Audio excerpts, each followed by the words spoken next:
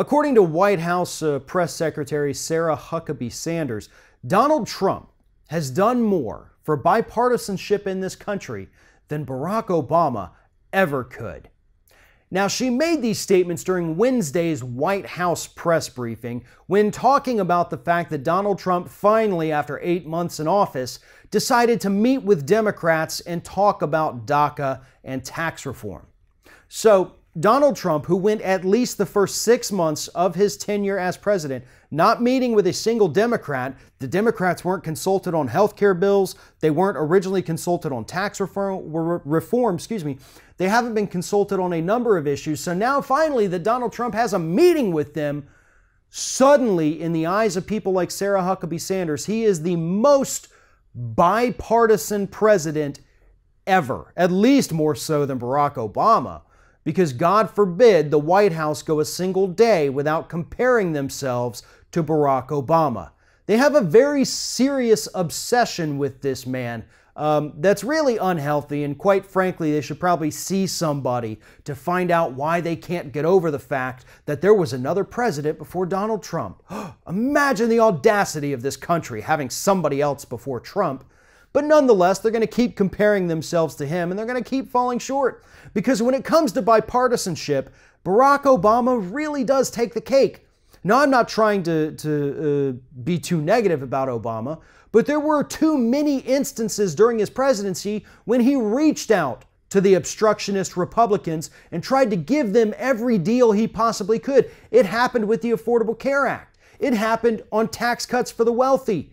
It happened on a number of issues where he reached out to Republicans, got their input, put it into the final legislation, and then they would still obstruct it.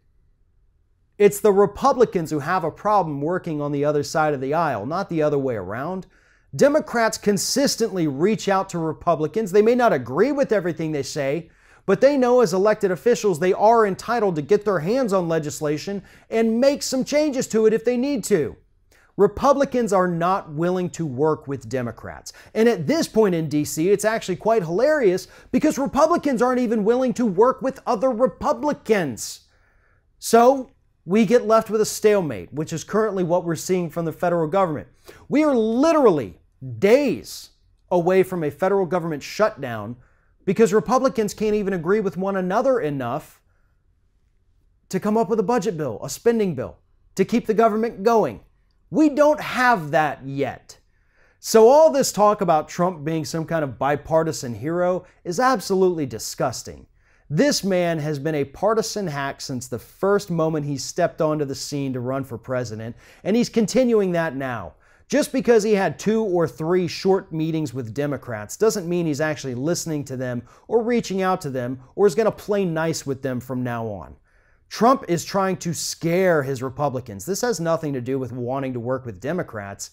It's about forcing the Republican Party to fall in line with his horrible policies. And once they do that, which they're already showing signs of it, those Democrats are once again going to be locked out in the cold with no Republican willing to speak to them or get their input on any policy decisions. If you're thinking about subscribing to our channel, I strongly encourage you to do that. But if you're not thinking about subscribing, I would encourage you to start thinking about it, and then once you're thinking about it, actually go and do it. You can see the subscribe button right there on the screen, or if you're watching on a different platform, go to youtube.com/theringofFire.